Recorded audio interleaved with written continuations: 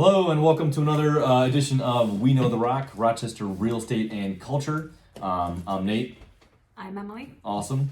And we are back again to talk about a few topics of the Rochester area. We like to talk about certain restaurants that we go to. We also have spend a little bit of time on the actual area that property or that restaurant is actually located in. And then we will break down kind of the market for you towards the end of our little episode here. So Emily picked the restaurant this time around. Where did we go, Emily? Cedar Restaurant. They specialize in Mediterranean food and Lebanese food. Hands down, my favorite Mediterranean restaurant in Rochester. Fantastic. Had a gyro or gyro, however you actually pronounce that. And it was probably the best thing I've had, or best kind of that I've had in a very long time. It was homemade pita. It was absolutely freaking fantastic. So they're located right on Monroe Avenue, in the Monroe neighborhood. Kind of, it's just across the bridge from 490. Yeah. The Upper Monroe neighborhood is just south of there where Jeremiah's is and all that. And we wanted to talk to you a little bit about how what that neighborhood is like. And what you kind of can expect from a cultural standpoint over there, and also from the real estate standpoint. So, anything you wanted to add kind of in the beginning of that? Yeah, it's kind of cool. Cedar is right in between Swillburg, Pearl Megs, and Upper Monroe, so it's in a really good location for all of that easy 490 access to. They are locally owned as well. I love them, so I'm giving them a little more of a shout out than normal. Basically the market in that area is pretty reflective of the entire county. There's 6 active listings right now. I think there's 19 pending, under contract, and active total, which is pretty low. A lot of them are, multifamily and commercial and residential. So you have a little mix there. But overall in the county is still, what we've seen. I think that it's starting to trend upwards as we get closer to the spring market for listings. Yesterday we had 33 new listings for 5 counties. Today we have 18, but it's not as common to list houses on Friday as it is in the middle of the week. So it doesn't surprise me that it's almost half of what we saw yesterday. Sure. But definitely, hopefully, it's kicking up a little bit. Yep. That Wednesday, Thursday is kind of a lead time into the weekend, so people can get set up for open houses and get ads in the paper for those who still use the paper, and then obviously all the online ads can go in too. So just to clarify a little bit as well, that the neighborhoods that we're kind of drawing that information from in Rochester is the Swillburg neighborhood, Upper Monroe, and Pearl Megs Monroe. So Swillburg is historically speaking where they actually used to keep the pigs in Rochester, which is why it's called Swillburg. And you'll see on the sign itself, it's got a little piggy on there. Real small lots in that neighborhood. Really cute houses. 490 itself used to be actually the canal bed for the Erie Canal that used to go straight through the city. About roughly 30 years after the canal was opened, the mid 1800s, it actually was rerouted south of the city, where it currently goes through.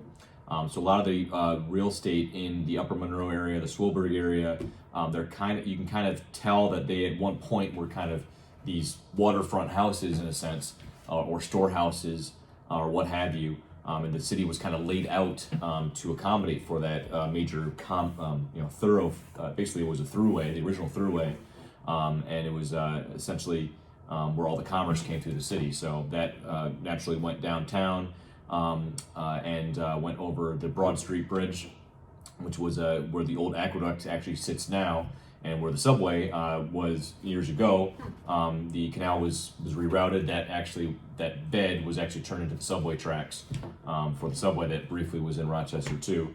And then obviously when that was all shut down, it just basically got a road that was built right over it. So all kinds of fun, cool history around that, the Pearl Megs Monroe area, the Upper Monroe area, the Swillburg area. Another thing that's interesting is there are a lot of areas. It's kind of a mix, a kind of a nice melting pot, if you will, for lots of rental properties in the area. If you go up to Pinnacle Hill, that's an amazing place to kind of view the city from. It's a lot of great hiking there. There's Cobb's Hill Park, which has access to it. So, and it's not quite on the scale, affordability wise, of what Park Avenue is. It's kind of just under that. So it's a little bit more affordable than the Park Avenue properties over there. And obviously you have amazing places like Cedar there. You have Dogtown, which is a great hot dog joint. You have a couple little boutiques kind of popping up in that area. Again, the rents are a little bit cheaper. So you'll naturally see, as we start to open up stuff, you naturally start to see probably people taking more advantage of that neighborhood area of the city, because it's not as expensive to start a business over there. So that's kind of what I've kind of noticed. Anything else that you wanted to add to that? No, I think you wrapped it up really nicely. Yeah. And I can keep going if you want. No, keep going. I actually think this is really cool. I Yeah. like the historical side of it. Yeah. Yep. So yeah, I mean, the Culver Road Armory is there in Upper Monroe. That actually backs up to what's called the Widewater Gardens, which is an old spillway for the old canal system, which they turned into this urban garden. Plots are like $25 for the year. You can plant however much you want. Really walkable, that neighborhood too. In fact, all these neighborhoods are very, very walkable, and they're kind of sandwiched in between a lot of different businesses and restaurants and things like that. And again, we're trying to be a cultural talk culture in this podcast, and as it pertains to real estate. So we definitely want to highlight that stuff. Yeah. You can get pretty much anywhere that you need to in that little neighborhood. You can get to the west side easily. You can get to the east side easily because the 490 is right there, and obviously the 590 is just around the corner. And you can obviously access northbound 590 up to the up towards Irondequoit and south towards Henrietta. So really, it's a centralized location, and again, it's got that history. It's got some institutions when it comes to restaurants and shops. So it's really just a unique little spot that I don't think gets a ton of attention because Park Avenue is right next door. Yeah. But definitely for those that are looking, one of my favorite streets is Crossman Terrace, and that's got some of the most beautiful houses in that neighborhood. So anybody that wants to take a nice leisurely stroll when it becomes springtime or fall time or summer, or even winter, you can take a little leisurely stroll down those streets. So moving on, the market. So we kind of brushed on this a little bit. Our kind of focus today is kind of, speaking of which, kind of what the mortgage rates are going to do this year. So right now, mortgage rates are, what would you say the mortgage rates are currently like? They're between, GRB's mortgage rates specifically are 2.75 to 2.85. That's who I personally work with the most. And I think that's pretty reflective of other banks as well. First priorities around that, I think they're up to like 2.9, between 2.5% as well. So, and it depends on, if you're getting conventional or FHA, that's going to change it as well. But yeah, that's pretty much where they are right now. Would you say that they are, in your experience so far, are they going to be, what have you been hearing in the market, kind of where they're expected to go in 2021? Because this is, for the tail of the tape, we forgot to put that in into the beginning. This is the beginning of 2021 that we're working on this. So yeah. What would you say they're going to be headed? I do think they're probably going to go back up into the very low 3%. They're held artificially low right now, so they're held by the federal. Yep, federal. Yeah. So the Federal Reserve is going to set the rate, and then banks are going to put their basis off of that prime rate. Yeah, so it's definitely a good time to buy right now as well. Absolutely. Because those rates are still in the twos, and I think they are starting to trend upwards a little bit. Last year they were around 2.5. They were lower. Yep. So you think? Yep. So I would say just going off of we've been kind of using the bankrate.com or Jeff Ostrovsky's article from bankrate.com at the beginning of the year here is kind of our roadmap for some of these videos. And one of the things that we're talking about five housing trends to see in 2021 on a national scale. One of the things that he highlights is the mortgage rates will start to edge up in 2021. So just to kind of quote him, mortgage rates have fallen to new lows, which Emily was just talking about. However, as the economy improves and the coronavirus pandemic fades, rates will trend up, and housing economists have been saying. The National Association of Realtors expect mortgage rates to average 3.1% in 2021, up from 3% in 2020, and the Mortgage Bankers Association rates will average 3.3 in 2021. That means that the refinancing boom of 2020 should slow dramatically by the second half of 2021. said Michael Frantoni, chief economist at the Mortgage Bankers Association. However, says Jeff Ostrowski, sorry if I butchered that name, Jeff. However, the refinancing window won't close entirely. Some 20 million Americans still have home rates higher than 4%, says Frank Nothaft, chief economist at the real estate data firm CoreLogic. He expects many of them to refinance in 2021, even if rates tend to tick upward. So, bottom line, we're still very much seeing a low rate environment. So you're going to see a lot of premium pricing out there. If we talk in the Upper Monroe, Pearl Megs Monroe, and Swoleburg neighborhood, you're going to see multiple offers, and prices are going to go up. So it really comes down to what your overall plan is, what your overall goal is over the next few years. And Emily and I, when we talk to buyers, we really like to highlight that as part of our initial conversations with them. So can you kind of walk people through kind of how we handle that when we first start off? Yeah, so one of the things that I like to talk about with my potential buyers is how long they plan on living in a home. Is it going to be short term, which is around 5 years or less, or longer term, which in my opinion is around 7 or more years? 5 to 10, I would say. Yeah, between 5 and 7. So when we look at that, if you're going to be in a home long term, then it's not as serious if those rates go up a little bit. It's not as serious if you're paying more for your house, because you're going to have more time to rebuild that equity. Now, it's not that we want you to overpay, but you have a little more leniency with what you can do financially. If you're in a house, 5 years or less, then we need to make sure that you're buying quickly while those rates stay low, that you're not in an extremely competitive market. Maybe we, tweak your search area here and there. But yeah, there's a lot that goes into it when we first sit down with somebody, Yeah, it's every house is a case-by-case basis. Everybody has different goals that they're shooting to accomplish.